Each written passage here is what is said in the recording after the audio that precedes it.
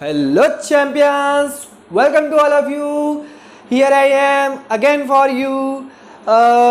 केम छो मजामा okay so जैसा कि पिछले लास्ट मैंने 3 to 4 लेक्चर्स आप लोगों के लिए अपलोड किए थे जिसमें मैंने सैम्पल पेपर 1 के सारे क्वेश्चन आपको सॉल्व करवाए थे, उसकी बेसिक थ्योरी आपको क्लियर की थी। सो होपफुली आपको सारी चीज़ें अच्छे से समझ में आई होंगी। हो सकता है उसमें से कुछ डाउट भी निकला होगा, तो वो डाउट्स अगर आपके निकले हैं तो आप कमेंट बॉक्स में कमेंट कर सकते हैं। अदरवाइज़ अभी आप सैम्पल पेपर 2 जब मैं स्टार्ट करवाने जा रहा हूँ आज, उसको हम जब सॉल्व करेंगे तो हो सकता है कि वो डाउट्स भी आपके क्लियर हो जाए, है ना चैंपियंस। सो क्या करना है, पेन और कॉपी उठाना है और शुरू हो जाना है बल्ले बल्ले, है ना। पर शुरू करने से पहले before we are going to start मैं आपसे एक बात करना चाहूँगा कि अभी क्या हो रहा है कि टर्म 1 के एग्ज़ाम्स आने वाले हैं और इस साल का पैटर्न कुछ ऐसा है कि MCQ क्वेश्चंस आने वाले हैं टर्म 1 में, है ना। तो YouTube में कुछ मैं देख रहा हूँ, कुछ कुछ लोग ऐसे वीडियोस डाल रहे हैं कि MCQ में आप क्या कीजिए, ट्रिक्स अप्लाई कीजिए तो आपके फुल मार्क्स आ जाएंगे, आपको पढ़ने की ज़रूरत नहीं पड़ेगी। आप ऐसा ट्रिक अप्लाई कीजिए तो आपका आंसर करेक्ट हो जाएगा, वगैरह वगैरह, आपका ऑप्शन करेक्ट हो जाएगा, है ना। तो एक बात मेरी जान लो बच्चों, देयर इज़ नथिंग शॉर्टकट। कुछ भी शॉर्टकट नहीं होता बच्चों, लाइफ में किसी भी चीज़ का शॉर्टकट नहीं होता है। शॉर्टकट जो है हम खुद अपने रास्ते में शॉर्टकट अपनाते हैं, बनाते हैं, नॉट अपनाते हैं, बनाते हैं, खुद से बनाते हैं कि अगर हमको कोई रास्ता, कोई मंजिल हमको क्या करनी है, पानी है और उसके लिए हमको कोई रास्ता क्या करना है, ट्रैवल करना है, कंप्लीट करना है, तो उसका हम शॉर्टकट हम खुद बनाते हैं कि अगर मैं इधर से ऐसे करूं या ऐसा करूं तो मैं जल्दी मंजिल पे पहुंच सकता हूं, ठीक है। बट कोई और अगर आपको कहता है कि इस शॉर्टकट ऐसा करो वैसा करो, तो डोंट डू दैट बच्चों, डोंट डू दैट, ठीक है। किसी के कहने पे मत जाइए, मेहनत कीजिए, आपके ऑटोमेटिक आंसर्स करेक्ट होंगे। आपका कॉन्सेप्ट क्लियर है, आपकी प्रैक्टिस अच्छी है, तो आपके क्वेश्चंस के आंसर करेक्ट होंगे। क्यों नहीं होंगे? आप क्यों वहाँ पे तुक्के पे ट्रिक लगाने के लिए जा रहे हैं, है ना। तुक्के पे ट्रिक लगाने से क्या होता है कि जो क्वेश्चन हमसे बनता है वो भी हम रॉन्ग करके चले जाते हैं। सो प्लीज़ ऐसे लेक्चर्स को अवॉइड कीजिए और पढ़ाई में कंसंट्रेट कीजिए, ठीक है। अपनी मेहनत पे भरोसा कीजिए, अगर आप मेहनत करेंगे then you will definitely get it. Okay my champions. So यहीं पे हम स्टार्ट करते हैं अपना sample paper number 2। So let's start. Okay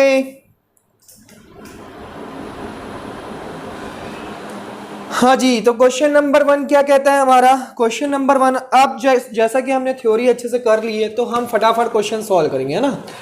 question number 1 क्या कहता है, the largest number which divide 70 and 125 having remainders 5 and 8 respectively.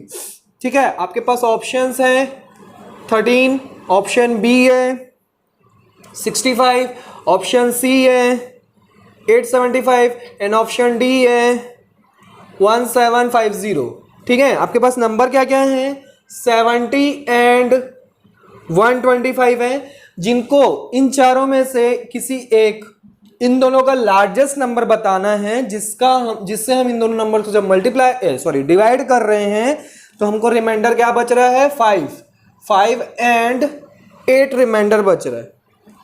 ठीक है, फटाफट सॉल्व कीजिए, वीडियो को पॉज करके। क्या करेंगे, सबसे पहला काम, जो रिमाइंडर बच रहा है उसको आप क्या कर दीजिए, नंबर से माइनस कर दीजिए। तो 70 माइनस 5 कितना होगा, 65 एंड 125 माइनस 8 हाउ मच, 117। अब इन चारों में से बता दीजिए भाई ऐसा कौन सा नंबर है जो इन दोनों का क्या होगा, हाईएस्ट कॉमन मल्टीपल होगा। हाईएस्ट मतलब HCF, हाईएस्ट कॉमन फैक्टर होगा। कौन सा होगा, 65 तो नहीं हो सकता ना, 65 से ये डिवाइड नहीं होगा। अब भैया 875 तो बहुत बड़ा हो गया, तो कौन सा हो जाएगा, 13 हो जाएगा। तो 13 से आप डिवाइड करके देख लो, ये आ जाएगा आपका 5 टाइम्स, ये आ जाएगा आपका 9 टाइम्स, है ना। 9 टाइम्स 13 9 जा 117 होता है, तो 13 से ये दोनों डिवाइड हो जाएंगी। समझ में आई कहानी। अब उसके बाद मैंने लास्ट सैंपल पेपर में भी बताया था कि हमको OMR शीट गिवन होगी जिसमें हमको पूरा फिल करना रहेगा। तो मैं ये फर्स्ट क्वेश्चन आपको बता देता हूँ फिर से।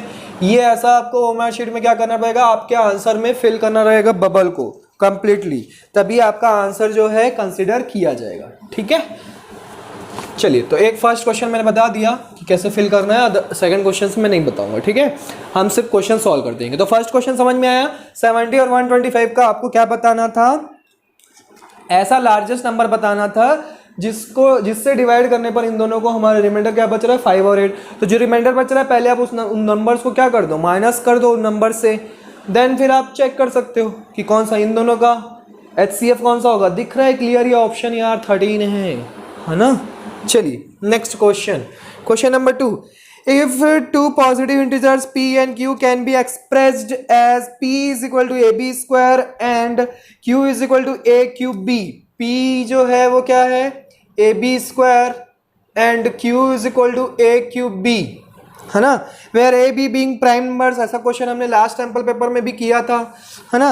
एलसीएम पूछ रहा है आपसे P और Q का एलसीएम। फटाफट वीडियो को पॉज करो, सॉल्व करो, जब तक मैं क्या करूं आंसर लिख देता हूं, तब तक ऑप्शंस लिख रहा हूं, तब तक आपका आंसर आ जाना चाहिए, है ना बच्चों। क्या कहते हो, आ गया आंसर? अरे जल्दी करो बाबा, कमेंट करो बाबा, फटाफट करो कमेंट। आ गया क्या आंसर? अरे आया कि नहीं आया? अरे आया कि नहीं आया भाई? एलसीएम निकालना है ना। देखिए एलसीएम के लिए क्या होता है, एलसीएम के लिए दोनों में देखो कॉमन नंबर देखो, ए इसके पास, पहले ए को पकड़ो, इसके पास ए है, इसके पास ए क्यूब है ना। तो एलसीएम में क्या करते हैं, दोनों में से जो ज़्यादा टाइम्स है, दोनों में से जो हाईएस्ट टाइम्स है उसको हम लिखते हैं। मतलब सीधा ऐसे याद रखो कि जिसका एक्सपोनेंट पावर जो है क्या होगा, बड़ा होगा, उसको आपको लिखना है। ठीक है, तो किसका एक्सपोनेंट पावर है बड़ा है, ए क्यूब का बड़ा है, ए से ए क्यूब बड़ा है ना, तो ए क्यूब हमारा आंसर हो गया। सेकंड बी और बी से कंपेयर करेंगे तो बी और इधर बी स्क्वायर, तो क्या हो जाएगा बी स्क्वायर, तो therefore LCM is a cube b square. अरे बहुत ही इजी क्वेश्चन था। नेक्स्ट क्वेश्चन नंबर 3, फटाफट सॉल्व करेंगे। If one of the zeros of the cubic polynomial, अरे ऐसे क्वेश्चन भी हमने सॉल्व किया था। एक क्यूबिक पॉलिनोमियल दिया हुआ है, क्या दिया हुआ है, x cube plus a x square plus B x plus c, है ना। ये क्यूबिक पॉलिनोमियल है आपका, इसका एक आपको जीरो दिया हुआ है जिसको मैं अल्फा एज्यूम कर लेता हूं, that is -1। Then the product of the other two zeros, product of the other two zeros, ऐसा क्वेश्चन भी हमने किया था फर्स्ट सैंपल पेपर में। Product of the other two zeros, फटाफट सॉल्व कीजिए, वीडियो को पॉज करो, फटाफट सॉल्व करो। ऑप्शंस दूं पक्का, ऑप्शन ए है b - a + 1, ऑप्शन बी है, फटाफट जब तक मैं ऑप्शन लिखूं तब तक आंसर आ जाना चाहिए। अरे क्या कर रहे हो भैया, जल्दी करो भैया, आंसर आना चाहिए भैया, क्या कर रहे हो भैया। सर क्या हो गया? अरे कुछ नहीं हुआ बेटा, जल्दी जल्दी सॉल्व करना है ना। चलिए जल्दी जल्दी सॉल्व करना है तो जल्दी जल्दी सॉल्व करते हैं। ठीक है, क्या होता है, सबसे पहले हमको पता है कि क्यूबिक इक्वेशन है तो थ्री जीरोज होते हैं, तो alpha plus beta plus gamma, इसका फॉर्मूला होता है क्या, -b/a।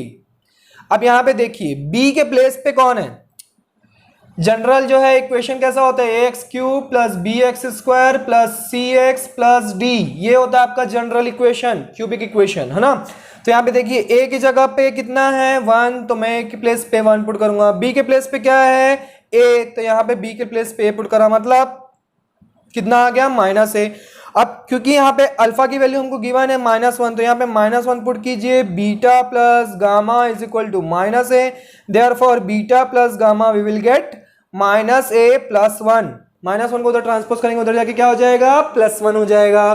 ठीक है, नेक्स्ट सेकंड फॉर्मूला लगाते हैं, addition over product, alpha beta plus beta gamma plus gamma alpha is equal to, formula क्या होता है c/a।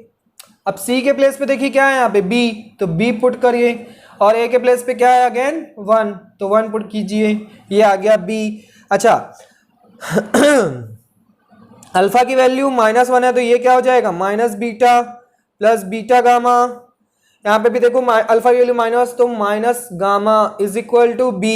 यहाँ इन दोनों में से, इसमें से और इसमें से अगर मैं माइनस कॉमन ले लेता हूँ तो बीटा प्लस गामा मिल जाएगा। Plus beta gamma is equal to b. समझ में आ रहा क्या कर रहा मैं? ठीक है, यहाँ पे देखो अल्फा के प्लेस पे मैंने -1 पुट किया जो कि हमको गिवन था, तो -1 इंटू बीटा कितना होगा? माइनस बीटा होगा। यहाँ पे भी पुट किया अल्फा के प्लेस पे -1 इंटू गामा कितना होगा? Minus gamma. Beta gamma as it is रह गया, उसको यहाँ पे लिख दिए। इन दोनों में से अगर मैं माइनस कॉमन लेता हूँ तो बीटा प्लस गामा बचेगा, और बीटा प्लस गामा की वैल्यू देखिए -a+1, तो यहाँ पे पुट करता हूँ -a+1 plus beta gamma is equal to b. अब बीटा गामा इन दोनों के प्रोडक्ट का ही तो हमको वैल्यू फाइंड आउट करनी थी, बोला था ना, product of other two zeros. तो अदर अल्फा की वैल्यू अगर माइनस होने तो बीटा और गामा के प्रोडक्शन का आपको क्या करना है? वैल्यू फाइंड आउट करनी है। तो इस पूरे को उठा के मैं अगर इधर भेज दूं तो क्या है, ये देखो ब्रैकेट के बाहर माइनस है, ये इधर आके प्लस हो जाएगा, है ना। ये पूरा ब्रैकेट उठा के भेजेंगे तो beta gamma is equal to b plus minus minus a plus plus plus 1। This is your answer. Which option is this? b minus a+1, that is option A. That is option A. Option A is your answer. Is it clear? Getting my point or not? समझ में आया कि नहीं आया? Question number 4 चलिए। The zeros of the quadratic polynomial, एक quadratic polynomial दिया हुआ है x² प्लस 99x प्लस 127। आपसे पूछ रहा है कि the zeros of the quadratic polynomial are, the zeros of the quadratic polynomial are, ये है क्वेश्चन आपका। तो ऑप्शन ए आपको कंडीशन दिया हुआ है। चलिए, कांट बोथ बी पॉजिटिव, नहीं sorry, both positive, both positive short में लिखूंगा मैं, आप लोग फुल फॉर्म में फुल लिखिएगा। बोथ नेगेटिव, ऑप्शन बी है बोथ नेगेटिव। ऑप्शन सी है one positive and one negative, one positive and one negative, ठीक है। ऑप्शन डी क्या है? Both equal. ऑप्शन डी क्या है? Both equal. ओके, चलिए सॉल्व करते हैं। Both positive, both negative, one positive and one negative, and option d क्या है? Both equal. चलिए बताइए कैसे सॉल्व करेंगे। दो होंगे इसके अल्फा प्लस बीटा, फॉर्मूला क्या होता है? -b/a। b की वैल्यू कितनी है? 99, तो -99, और a की वैल्यू 1, तो 99/1 कितना आ जाएगा? -99। अल्फा इंटू बीटा, है ना, alpha into beta is equal to क्या होता है? c/a। c की वैल्यू कितनी है? 127, a की वैल्यू 1, अगेन 127। अब देखिए, क्योंकि देखो दोनों का प्रोडक्ट जो है पॉजिटिव आ रहा है, तो दोनों का प्रोडक्ट जो है पॉजिटिव आ रहा है, इसका मतलब क्या है? या तो वो दोनों पॉजिटिव होंगे या तो वो नेगेटिव होंगे। मतलब सी और डी ऑप्शन आपका कट गया, बच गया ए या बी। ए या बी के चेक करने के लिए अब alpha plus beta is equal to -99 दिया हुआ है। किसी भी एडिशन में आंसर आपका नेगेटिव कब आता है? या तो एक पॉजिटिव होगा एक नेगेटिव होगा, और नेगेटिव वाला अगर बिगर नंबर होगा तभी, है ना, और या तो दोनों नेगेटिव होगा तो आंसर नेगेटिव आता है। तो हमारे पास ऑप्शन भी वही वाला है, both positive and both negative, है ना। तो बोथ पॉजिटिव या बोथ नेगेटिव, तो क्या हो जाएंगे? दोनों नेगेटिव होंगे। Therefore your answer will be option B. Clear है? Getting my point? Okay, question number 5 easy था यार। The zeros of the quadratic polynomial, फिर से आ गया है, एक क्वाड्रेटिक पॉलिनोमियल है x² plus kx plus k where k is not equal to 0, ठीक है। फिर से आपसे ऑप्शन पूछ रहा है, सेम क्वेश्चन है, इसके जीरोस के बारे में बताना है आपको। जीरोस ऑफ द क्वाड्रेटिक, तो क्या बोल रहा है? Can't both be positive. Option b क्या बोल रहा है? Both can not be, both can't be negative, ठीक है। Are always unequal, are always unequal, ठीक है, and are always equal. Option d क्या है? Are always equal. चलिए बताइए क्या होगा। फिर से यही फॉर्मूला लगा दो, alpha plus beta is equal to कितना मिल रहा है? -b/a, तो -k। अल्फा इंटू बीटा कितना मिल रहा है? c/a, मतलब k। तो जब दोनों का एडिशन -k है और दोनों का मल्टीप्लिकेशन +k है, तो both can't be negative, both can't be negative, are always unequal, are always equal. Unequal या इक्वल तो कंडीशन ही नहीं आ रही ना भाई, इक्वल या अनइक्वल तो हो ही नहीं सकते, इक्वल या अनइक्वल तो हो ही नहीं सकते, क्योंकि हम बता नहीं सकते, क्योंकि के गिवन है हमको, ठीक है। अब के की वैल्यू क्या होगी कैसे बताओगे, तो इसलिए ऑप्शन ए और बी में से ही आएगा।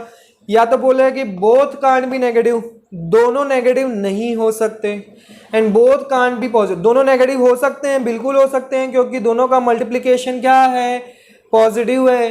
तो both can be positive, both can be negative, both can be negative, दोनों नेगेटिव हो सकते हैं, तो इसीलिए ऑप्शन बी तो भैया रॉन्ग हो गया।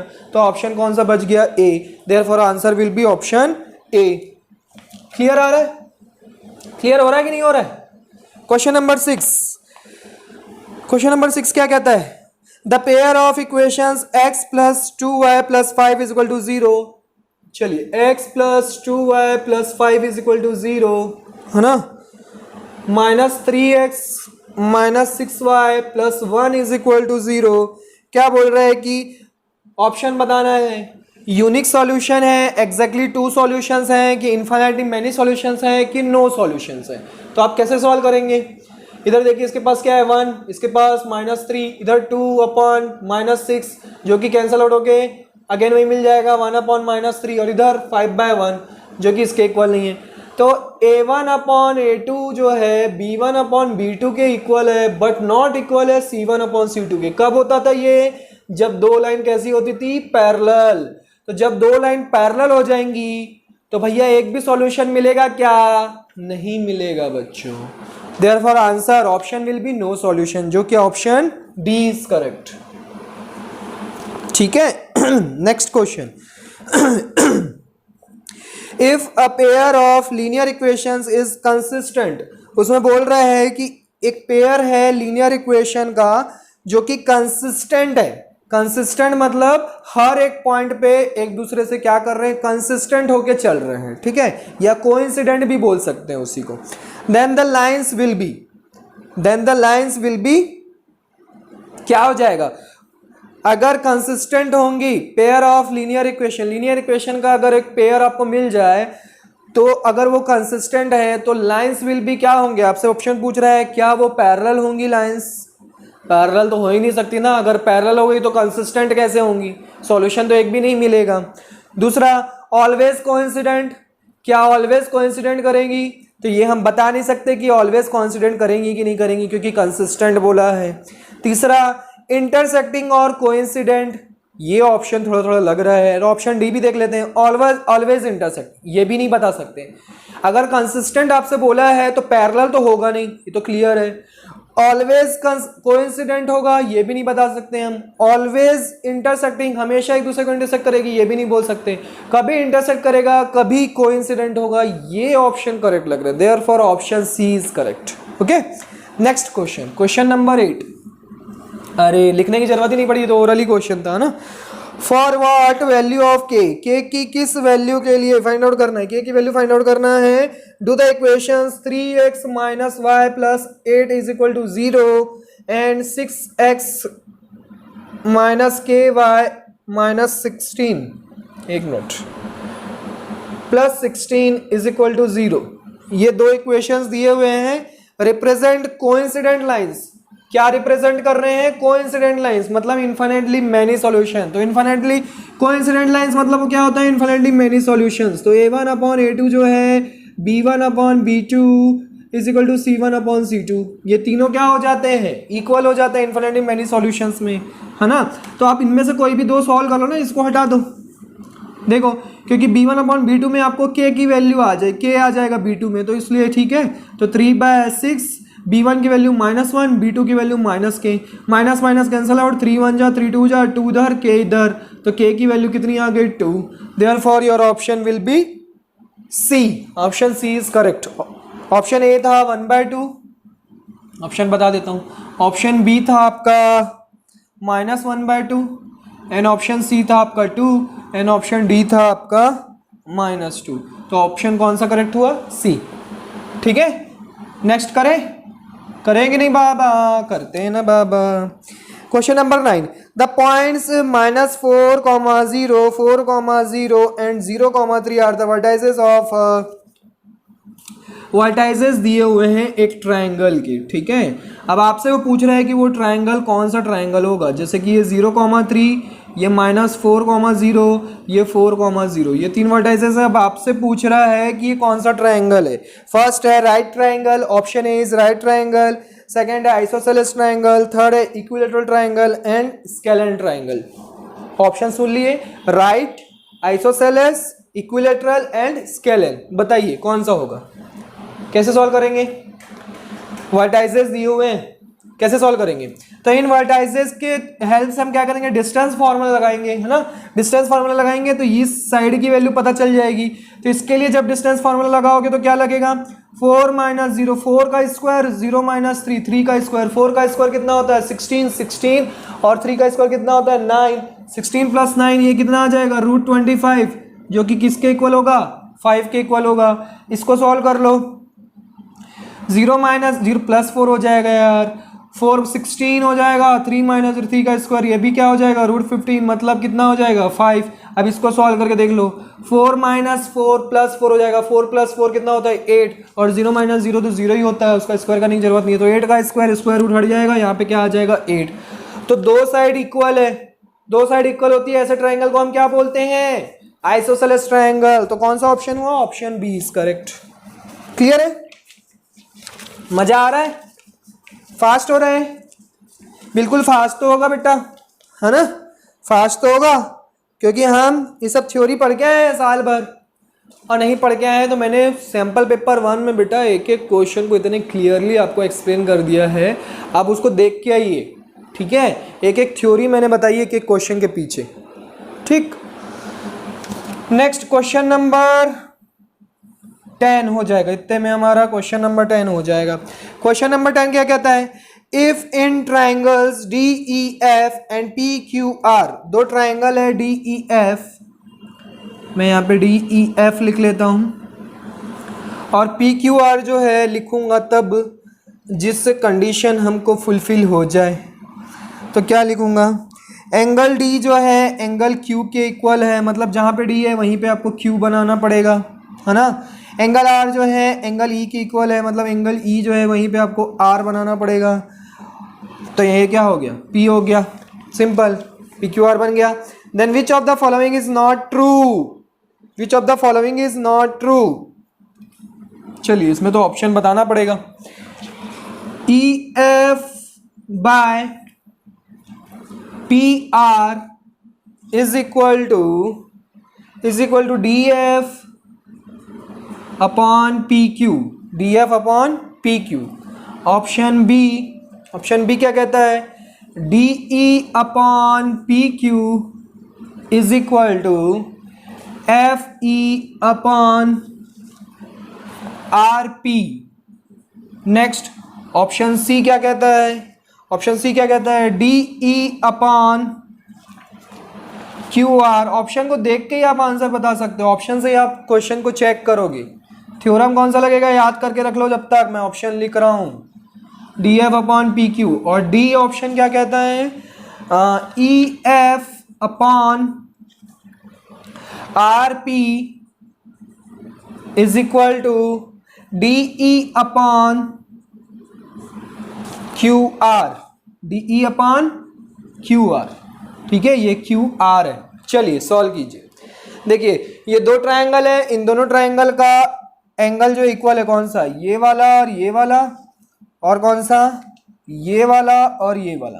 तो दो एंगल इक्वल हो गए, डबल ए क्राइटेरिया से क्या हो गया, सिमिलर हो गया। सिमिलर हो गया तो हम क्या कर सकते हैं, अब यहाँ पे इनके करस्पॉन्डिंग साइड्स का रेशियो इक्वल लिख सकते हैं। तो चेक कीजिए, option a EF upon PR, EF upon PR is equal to DF upon PQ, correct है, करस्पॉन्डिंग साइड्स का रेशियो, मतलब ऑप्शन ए हमारा आंसर नहीं है। DE अपॉन PQ, देखो DE इधर आ रहा है, PQ इधर जा रहा है, ये वाली साइड आती तो करस्पॉन्डिंग होता, मतलब ऑप्शन बी ही है हमारा आंसर। ले भैया ऐसे आंसर आ गया, बाकी आप चेक कर लेना, देखना सही होगा, ठीक है। चलिए नोट कर लीजिए, नोट करना है तो वीडियो को पॉज करके कोई सॉल्यूशन अगर आपको नोट करना है तो। नोट कर लिया आपने, अदरवाइज स्क्रीनशॉट ले लीजिए। ठीक है, छोटे छोटे वीडियोस बनाऊंगा बेटा, क्योंकि पिछले सैम्पल पेपर में फर्स्ट लेक्चर जो है हमारा बहुत लेंथी हो गया था, तो अब मैं छोटे छोटे बनाऊंगा।